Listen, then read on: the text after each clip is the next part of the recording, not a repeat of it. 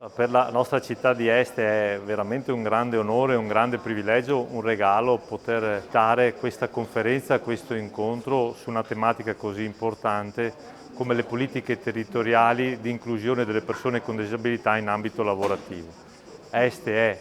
comune capofila d'ambito e quindi sulle tematiche ha delle responsabilità importanti per tutto il territorio, quindi questa iniziativa dal grande valore formativo e culturale diventa per noi anche un faro per poter spendere poi nel modo giusto i contributi che abbiamo ricevuto anche nell'ambito PNRR. E nel Comune di Este sarà attivato prossimamente un progetto di autonomia per persone con disabilità, 12 persone.